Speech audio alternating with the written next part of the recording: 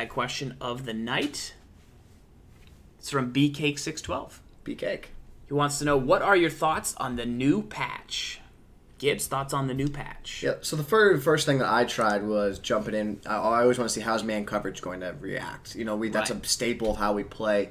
So really, rather than say it, let's kind of just examine it live here on National Interweb. So for people that don't know, I personally like to call a lot of man coverage. I find it pretty effective, find it pretty efficient.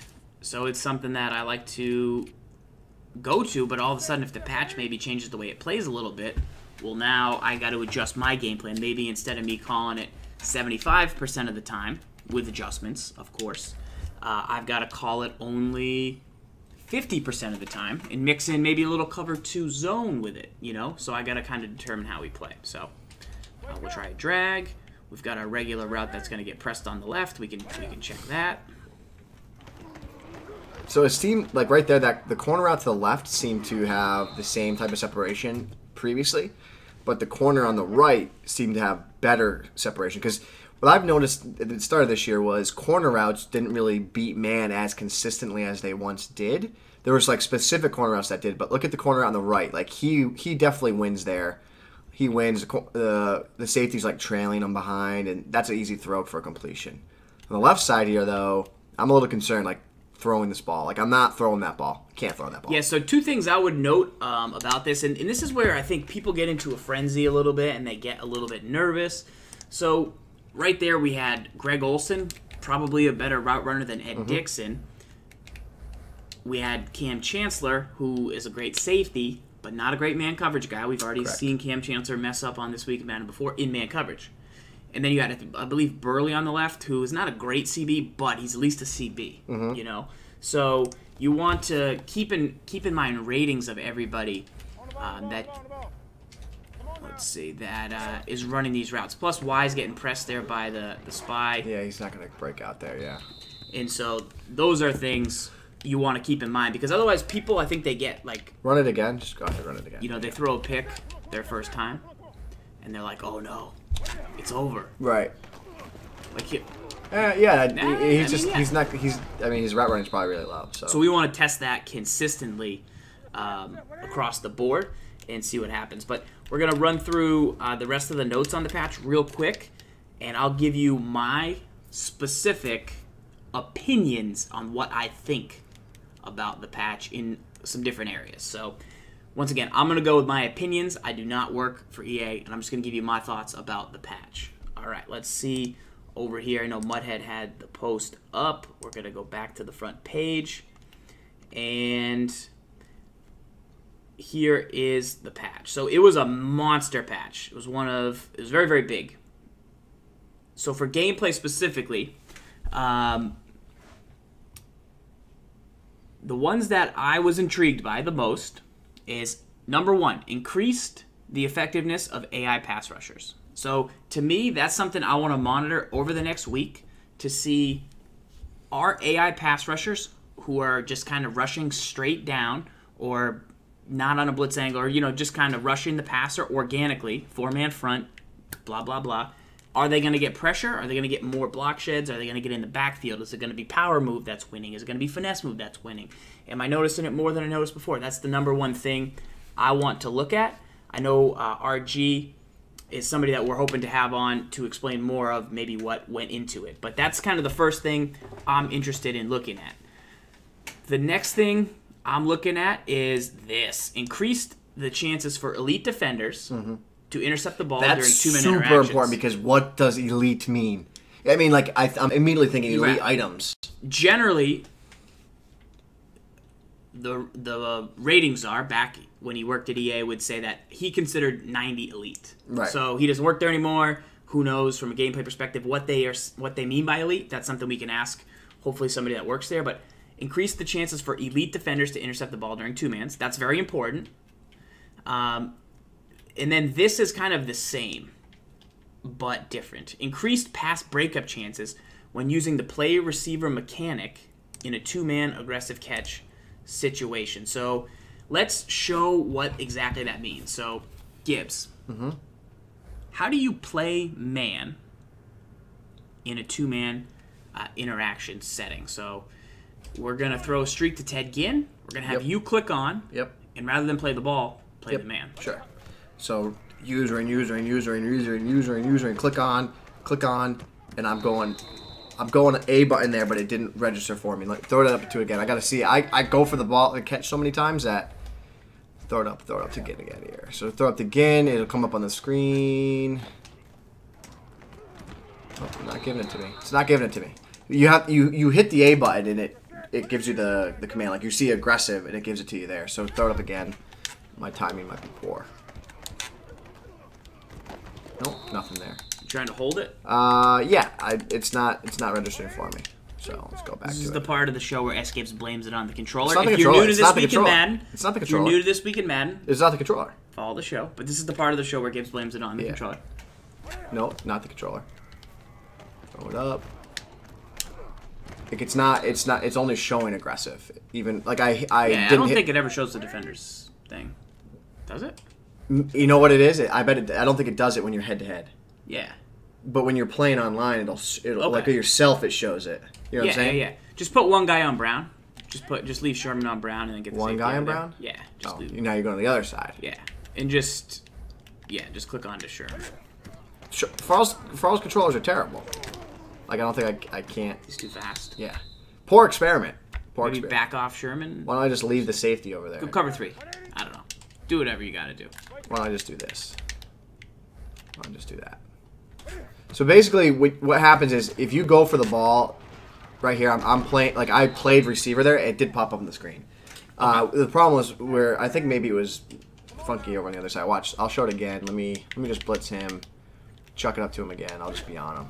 So when you hold down A, that makes you play the receiver. Like, you're not seeing it really. You saw it on the previous play. Right. But he's gonna let the receiver catch the ball, and then he's gonna try and knock it out with like a hit. Right. So what you do is you hold down A instead of holding down Y, going for the aggressive catch.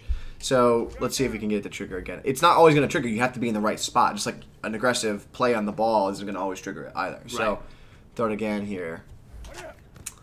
So I'm holding A. I'm getting in there, and then like he's not playing it because number one, he didn't catch it. So Because he's not gonna play it. Sherman was in. Right. Sherman was in on that 2-man. Correct. So if I get him out, again, I'm out of there. Moral of the story is you want to click on, you hold A. You see it flash on the screen. So Right, and he ripped the ball out. So right, that's what you got to monitor. This is the important part I was trying to get to. So let's go run back over this sentence real quick. What I think is very important about this. So in the patch, it noted that increased the chances for elite defenders to intercept the ball, but then it also says that increased pass breakup chances when using the play receiver mechanic in a 2-man aggressive catch. So what that means to me is when your defender is one-on-one and he's going to get in a 2-man, the receiver and then him, if you hold down A on Xbox or X on PlayStation 4, that is how you play the ball. That is how you play the man. Yep. You are not going to go after the ball. Right. You're going to wait until he catches it and just try and rip it loose. You saw it. He did it there, yeah. So very important. If you were to hold down Y right here, rather than waiting for him, you would jump up straight. You'd probably jump right up there and pick that ball off, or at least go into that interaction. Right. But it seems like now, instead of going for the pick, which is it's a lot harder to pick a pass, especially not with an elite guy. You don't have Sherman right there. Right. You can now hold A, and then you've got an increased chance to break up the pass. So who knows the percentage, who knows the ratings, all those things are going to factor in, but it seems like that is a fix, and that's something that I think you guys should start doing. If you want to, say it's 4th and long, and you don't need a pick, play ball and try and rip it loose. Play receiver. That's play receiver. Play receiver. There's play ball. Receiver. Play ball. Do not play ball. Do not play ball. Play ball. You don't want to play ball. You do not want to play ball. Just play aggressive or whatever the term is. Aggressive, the ball, go for the pick, or play receiver. Okay, so that's some things that I think are very important about the 2-man catch interactions. One thing I'm super excited about in this whole patch here is somewhere on there talks about deep streaks in the seam being fixed. So the safety in a deep zone would misplay the ball when a receiver streaked down the seam. So that's something we'll look forward to testing. Super important. So another area would be something I'm also very excited about with the patch is fix an issue where safeties playing the outside deep zone could still get beat deep defending vertical routes. I like that. Addressed an issue where motioning a wide receiver half a step inside would give the receiver a speed burst when snapping the ball. So that's something that if that's a piece of your offense, you want to test that before heading into game. And then there was addressed an issue where the wide receiver would not make the proper cut after being pressed. So I'm guessing that's related to man because generally you only press in man. So maybe that's why we got to test man and see how it plays. Tight formations, being able to get behind defenders. I like that there's some alignment fix in there, it seems like. And this is kind of the big winner of the bunch to me. So similar to how the ones that we really liked were short sentences, this is also a short sentence. Overall improvements to AI pass blocking and bug fixes. Love it.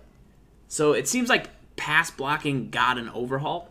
All those shenanigans. And a lot of the blitzes we've been facing, which were all you could pick them all up and you could slide them, but seems like new pressure will have to be brought, and I'm sure there will be more pressure.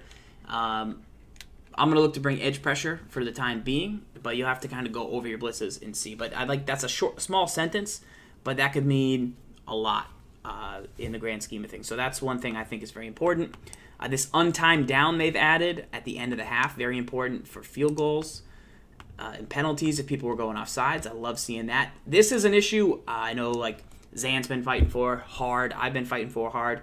Is sometimes when a play was challengeable, you'd tap that left trigger and it would challenge the play and you'd have to use a timeout. Yes. So now the button's right stick to challenge a play. That's very important, and I love seeing that they're responding to that feedback. There's somewhere on there too. If you scroll all the way up to the top, like something with the camera toggle. I know a lot of people were chirping about the camera toggle. So I was saying this as well, and we talked about this a little bit on stream. Is there was 3 fixes in mud here that were very noticeable from like the start of the year. People gave me this feedback, and it seems like, hey, the item binder, when you press LB to search, when you came back in the toggle, it would go back to kind of reset your thing. Yeah. And like that's feedback people gave, and I know people got disappointed, but they had to patch it in. Like there was nothing they could do to, who knows how they make video games, but like it had to get patched in. They said, yep, we've got it. Yep. And they got it. So the camera toggle, I know people wanted the camera toggle.